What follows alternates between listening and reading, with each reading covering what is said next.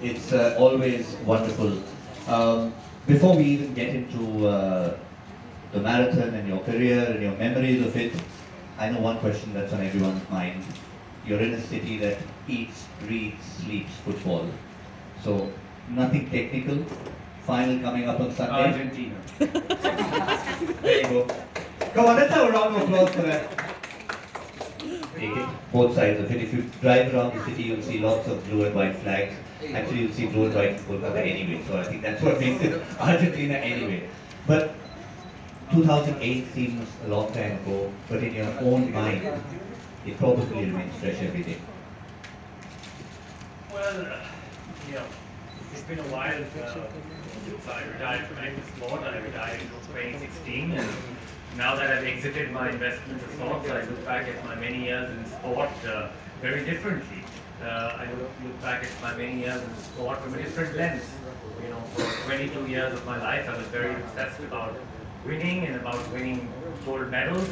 But now that all's been done and dusted, I look back at my many years in sport, not just at a few medals that hang on a wall at home, but I really look back at my many years in sport as the relationships that I was able to build with my mom, with my dad, with my coaches, with my competitors, and really what sort of a person I became in the process of winning that gold medal. And what sport taught me. It taught me a little bit about winning, but it taught me how to lose. It taught me how to have honesty, how to have integrity, how to have goals, how to go after them. It taught me much about respect, about respecting others, about respecting rules, respecting myself. So sport has been a wonderful teacher, and I really look back at those many years, at the wonderful memories that I have. I don't look back at it as a gold medal. I don't even see the gold medal anymore. So I don't think I've seen it in many years. There's a little insight into it. You'd imagine someone with something as prized a possession would probably have it only dangling on the car that you drive, that people keep good luck charms on. But even before 2008, there was Athens 2004, and when you think back to those times, that would have been one of the lessons, knowing that something like the Olympics comes around every 4 years. And in a sport like yours, it's just a matter of a few milliseconds. And you get it wrong by a little bit, unlike say football, where you could play 6 games, even in an Olympics, and you have several chances. Here you get that one chance, and you know that to make up for it, it's 4 years waiting. True, and that's why for us athletes, the Olympics don't come every 4 years, they come every day. It's about waking up every morning, about trying to be better than what you were yesterday, about giving it your all, improving as an athlete, improving as a human being, and just on your quest to be the best that you can be. And that, as athletes, of course, and as Olympic athletes especially, of course we are after Olympic success and winning at the Olympics and having success. Probably in no sport are you sort of born with a particular skill. You weren't exactly born with a rifle by your bedside. Maybe young kids start playing football at the age of 3 and 4 and kick it around and think, okay, that's what I'm going to be. But there comes a time in your life as a youngster when you realize that, okay, for me sport is not just about recreation or playing in the medan or in your backyard. It could be a little bit more. What is the differentiator that maybe you see in yourself as a youngster, or you maybe recognize in a young child playing any other sport? I think it boils down to passion, and love for the process of what you do. It is the same with everybody. I'm sure it's the same with you. In your job, it's more than a job. It's something that you're passionate about. And the same with all of you. It is a job. It is something that you do as a profession, but you all probably also enjoy it and you love it. And that is very similar to anybody taking up dedicating a long time of their lives. Underneath the whole journey, there is really an inherent and deep love for the process of what you do. And that really is what keeps you going. That is what keeps you going through the ups and downs of a career. In a sports career, there will be much more downs than ups. And how do you keep going? You keep going through basically because you love the process of what you do, and that keeps you hungry for more and makes you get up every time you fall down. Now, because obviously when people see your particular sport and they see you sort of standing there in one place, you've got those very fancy eyeglasses and you're looking at the target.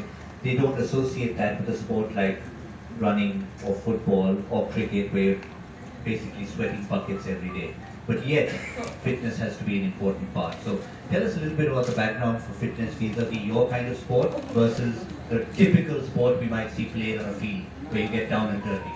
When we are here at an event which involves running, and frankly, even my sport is more known for stillness, and it's something that you all think, oh, it's a mental sport.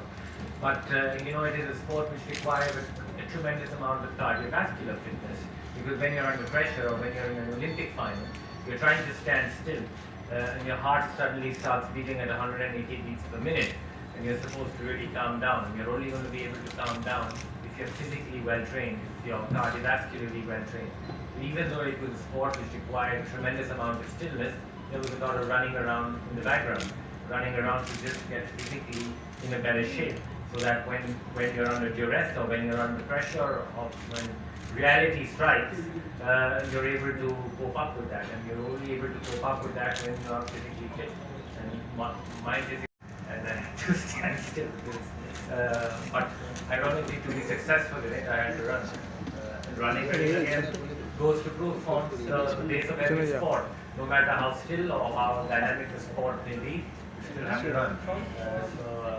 That's my experience. That's been my experience with it. Fair enough, but always get a candid response from Abhinav, Brinda, you know that. But when it comes to this event that's coming up for the people of Kolkata, a few years ago, people would turn around and say, yes, Mumbai runs, Delhi runs, but you want to make people run in Kolkata on a Sunday morning in winter? And most people scoffed at the idea. And now that we've seen the Tata Steel Kolkata 25K growing year after year, it's obviously evidence that some kind of motivation inside you makes you come out there and do that. I think it just goes to show the spirit of the people and the sporting spirit of the people of Kolkata, and I think that is wonderful to see how much this race has grown over the course of the last 7 years. I know that in the last couple of years it hasn't happened, but it is wonderful to see that it is happening all over again. And more than just the benefits, the health benefits, and of course the sporting achievements of the race, I think it is such a wonderful platform to bring the people of the city together, to bring the community together, people from all walks of life, all sizes and shapes, men, women, young and old, come together and really, what are they trying to do? They are trying to be the best they can be, and that absolutely embodies the real spirit of sport.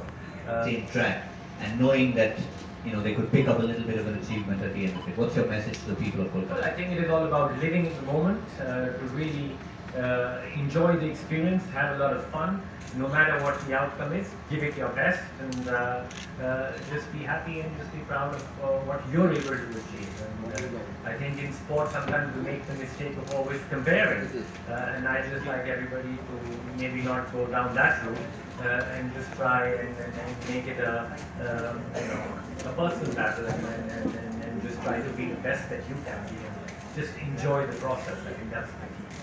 I think